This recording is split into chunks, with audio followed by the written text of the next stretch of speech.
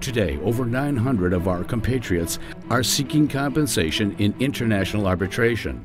In 2013, the Cypriot government and also the banks in Cyprus were suffering financially and economically as a result of the financial crisis.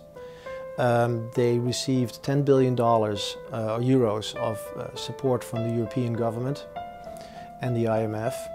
But as part of that package, the Cypriot government decided to implement a so-called bail-in.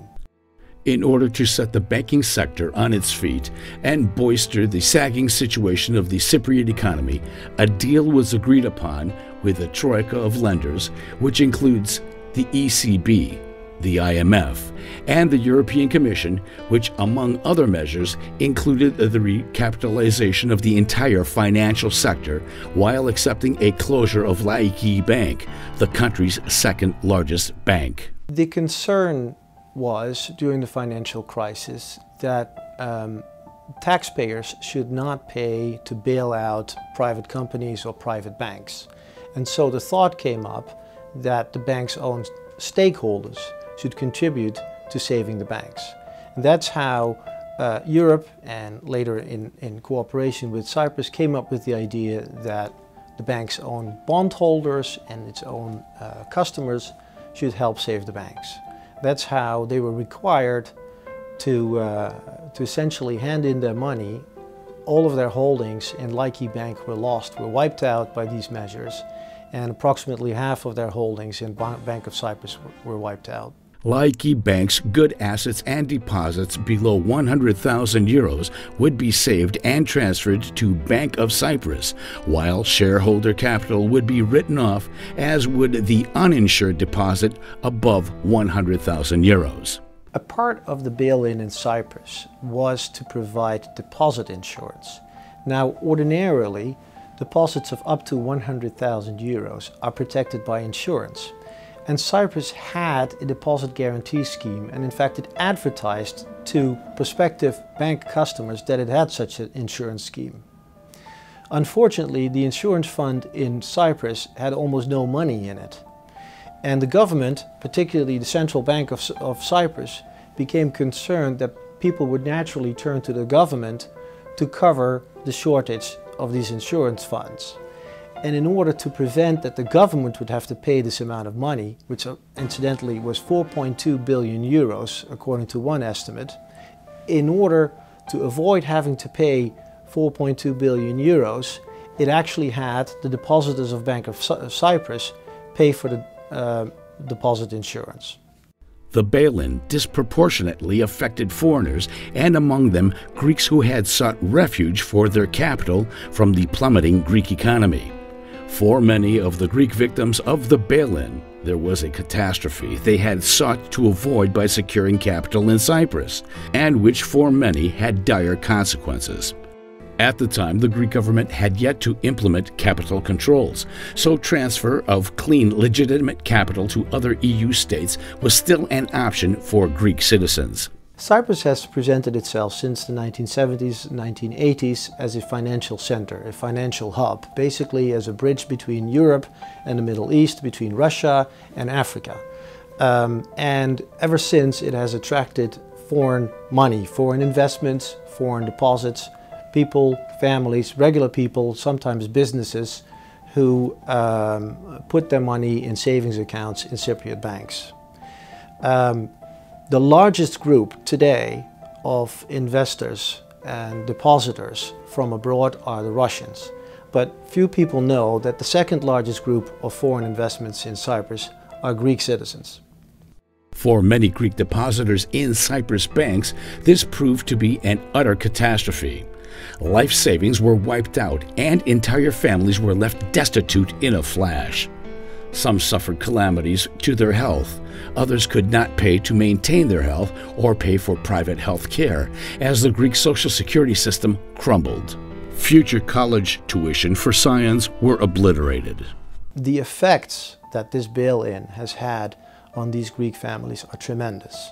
Not just the financial effects, but the psychological effects as well. And in many cases, people have suffered severe physical consequences, anxieties, they've developed psoriasis, heart attacks, stress-related illnesses, etc.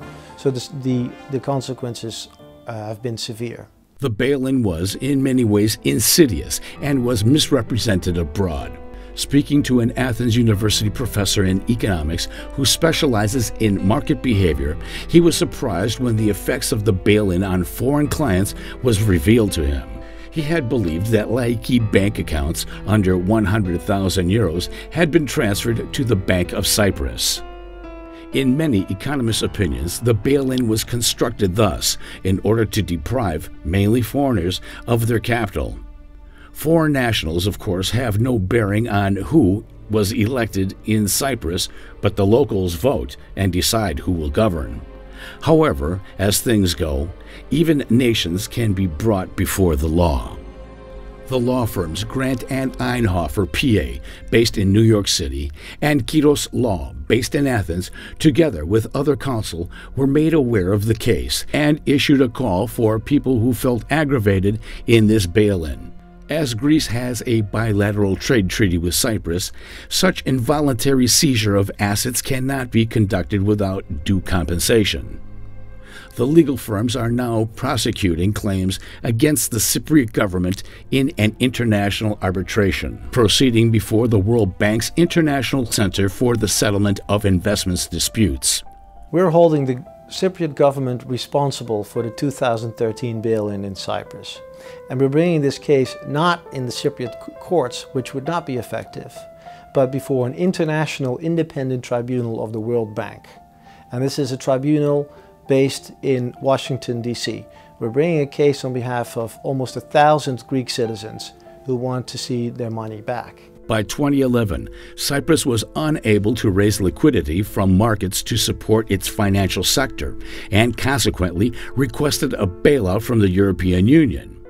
This, despite a haircut of upwards of 50% in 2011 and a 2.5 billion euro, that's 3.236 billion US dollars emergency loan from Russia to cover its budget deficit and refinance maturing debt. The Russian loan, however, did not include any funds for the recapitalization of the Cypriot banks. On June 25, 2012, the government of Cyprus sought a bailout from the European Financial Stability Facility, or the European Stability Mechanism. After some hassles between the so-called Troika of lenders, the IMF, the European Commission, the European Central Bank, a deal was agreed upon and endorsed on April 30, 2013 by the House of Representatives, which included, among other measures, the recapitalization of the entire financial sector while accepting a closure of Laiki Bank, the country's second largest bank. The remaining Laiki Bank good assets and deposits below 100,000 euros would be saved and transferred to the Bank of Cyprus, while shareholders' capital would be written off, and the uninsured deposits above 100,000 euros, along with other creditor claims, would be lost to the degree being decided by how much the receivership subsequently can recover from the liquidation of the remaining bad assets. The majority of uninsured deposits were held by foreigners, mostly Russians, but also by quite a number of Greeks who had sought refuge for their capital from the plummeting Greek economy. During the negotiations leading up to the MOU with the Troika, the government of Cyprus claimed, and perhaps rightfully, that it felt pressured. However, the truth is that the Troika never forced the Cypriot government to discriminate against Greeks or adopt Plan B. Plan A, which imposed the same levy on everyone, not primarily on foreigners, could easily have done the job, or with the November 2012 Memorandum of Understanding, which would have involved no haircut at all. The Troika wanted Cyprus to sell the Cypriot bank's Greek operations, but it never forced Cyprus to sell them at a loss of 3.4 billion euros. However, the then governor of the Bank of Cyprus, Panikos Dimitriadis, later noted that Cypriot politicians had argued that, quote, "If we show our readiness to turn down their offer, the Eurogroup will come to its senses and will then offer us a better deal, as they wouldn't want to face a disorderly unraveling of the euro." End quote. The Troika seems to have favored a bail-in so that all creditors could contribute to rescuing the banking sector, but it never forced Cyprus to let Bank of Cyprus customers repay the 9.6 billion euros that Laiki Bank owed to the state. Nor did the Troika ever tell Cyprus to compensate its own Cypriot pensioners while leaving Greek pensioners out in the cold.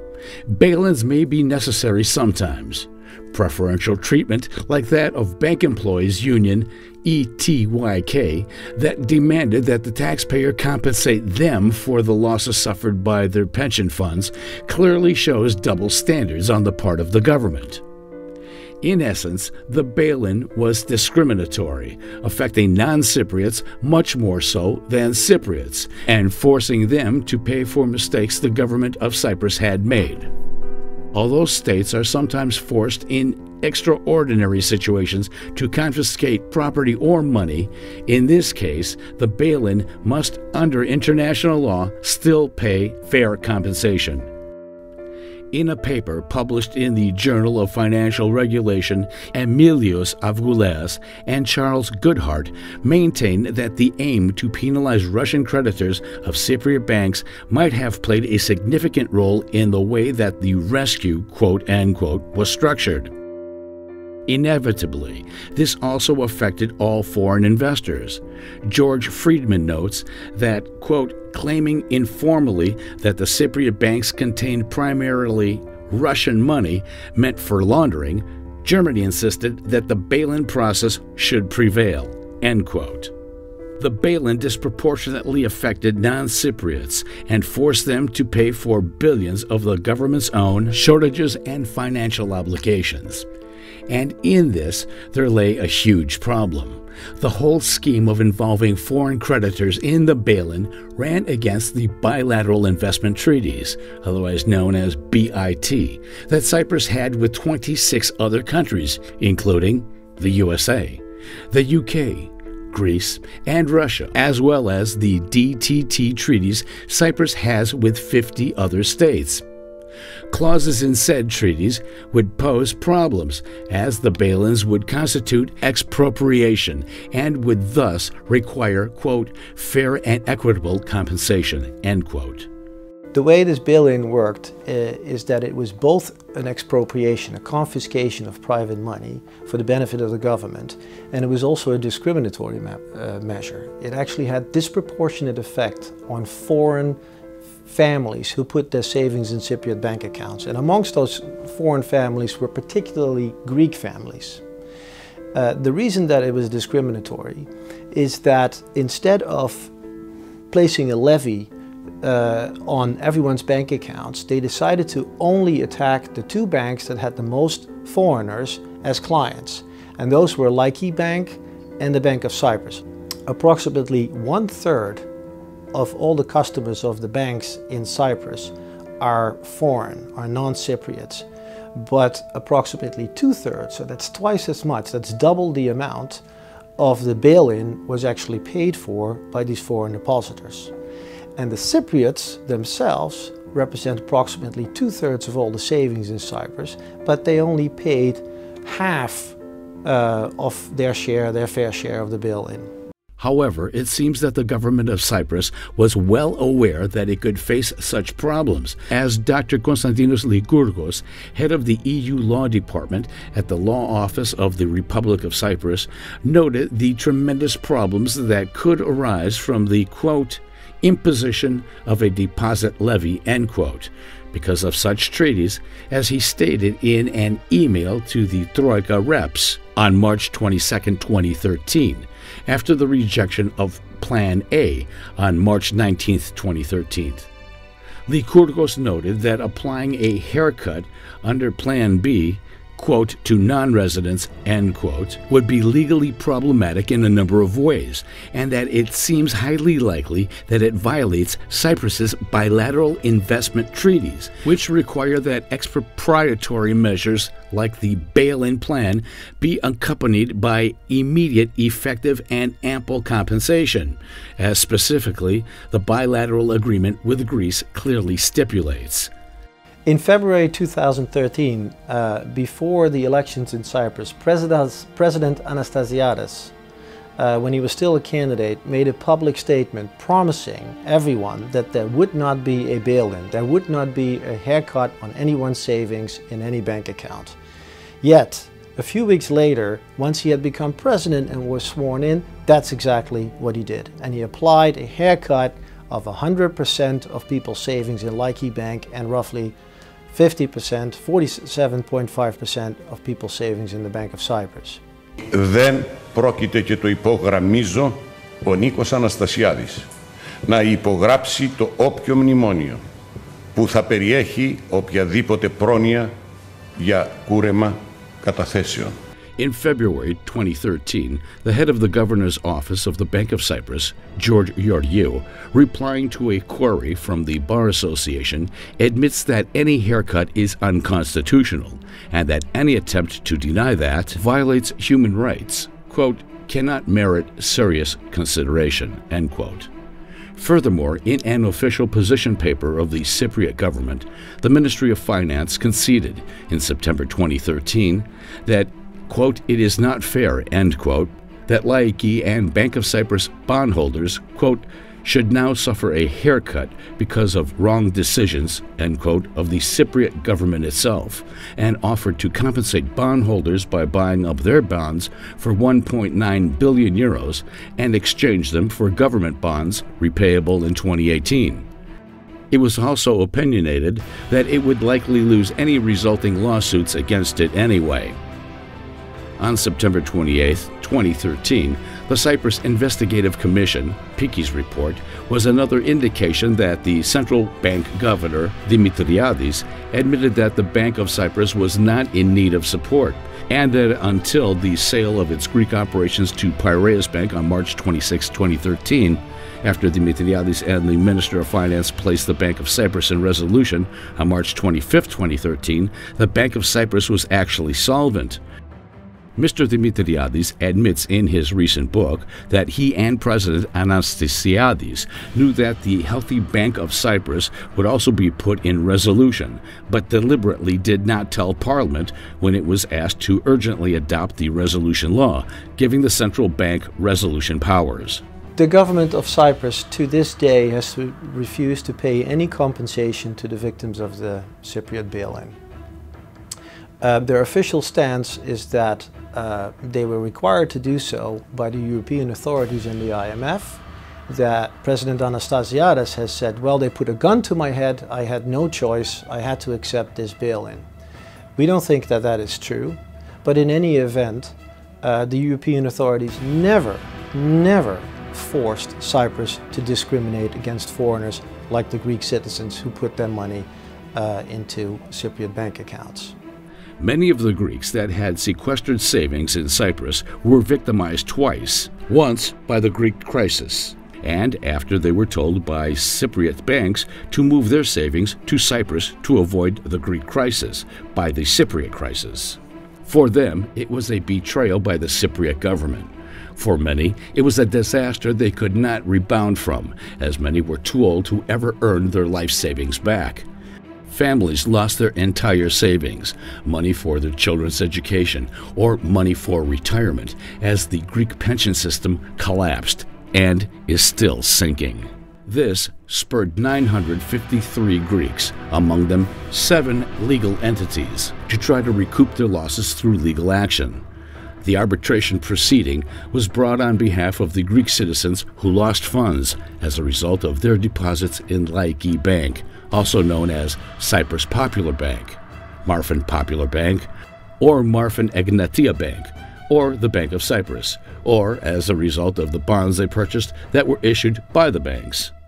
People have gone to the European Union and the European Commission, the European Central Bank, and complained about these measures, but they have taken the position that it is Cyprus that took the measures and it is Cyprus that is responsible for them. Cyprus, at the same time, disclaims responsibility and says that the European authorities and the International Monetary Fund forced them to do this, and we don't think that that is true. On December 15, 2017, the firms filed a memorial on the merits, setting forth in nearly 200 pages, supported by almost 2,300 exhibits, as well as first-hand eyewitness testimony, the evidence that counsel for the claimants gathered during the course of years of investigation. The legal counsel believe this evidence provides strong support for the claimant's position that the Cypriot government's involvement in the expropriation violated the rights of Greek citizens under the Cyprus-Greece Bilateral Investment Treaty. We have collected very strong evidence in support of a case that this matter is both an unlawful confiscation of private money and that it was disproportionate and discriminatory. In fact, we have an internal government document in which the Ministry of Finance of Cyprus admits that compensation is required and that what it did was wrong. We also have an email that the legal department of Cyprus sent to the International Monetary Fund in which it admitted that a haircut on deposits would be in violation of its international obligations under investment treaties, such as the treaty between Cyprus and Greece. However, it has been a long, drawn-out process, as counsels for the plaintiffs argue that the Cypriot side has thrown spanners in the works, delaying the selection of arbitration panel due to disapproval of candidates, among other things. The arbitration alleges that Cyprus violated the BIT's expropriation provisions because the bail-ins were intentionally designed to discriminate against non-Cypriots, while ensuring that its own people would pay far less than their proportionate share. Cyprus knew that most depositors with more than 100,000 euros in the banks were foreign and rejected viable alternatives to the bail-in that would have spread the burden evenly across foreigners and Cypriots. The Cypriot government ensured that loans it had made to the banks were repaid fully. The bail-in measures exempted charities and other institutions that benefited only Cypriot entities and citizens. The effect of these discriminatory provisions was that Greeks were made to shoulder more than double their share of the burden of the financial troubles in Cyprus. A significant part of this bail-in had to do with the money that Laiki Bank had borrowed from the Cypriot government. 10 billion euros was borrowed, and a large portion of that, approximately a third, 3.8 billion, was unsecured, which means that if Laiki was to go into bankruptcy, the government of Cyprus would not get that money back. And to make sure that they would get that money back and that it would be repaid, they decided to transfer that loan from Laiki to the Bank of Cyprus and then let Bank of Cyprus depositors pay back the loan with priority to the government of Cyprus. So what you have here is a situation where private citizens were asked to cough up 4 billion euros for the benefit of the government of Cyprus. That is confiscation, and that is unacceptable.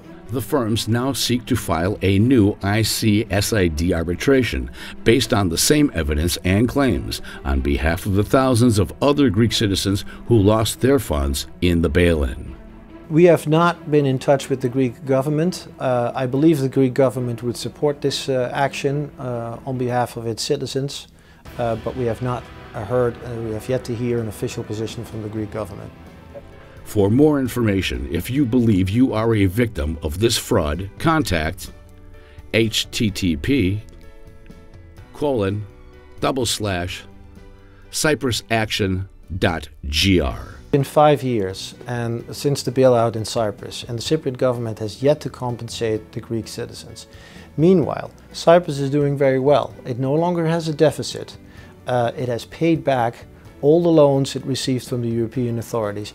In fact, of the $10 billion in rescue package that it received, it has only used $6 billion because it didn't need more. Why did it not need more? Because it was able to take that money from Greek depositors who trusted the Cypriot banks and put their money there.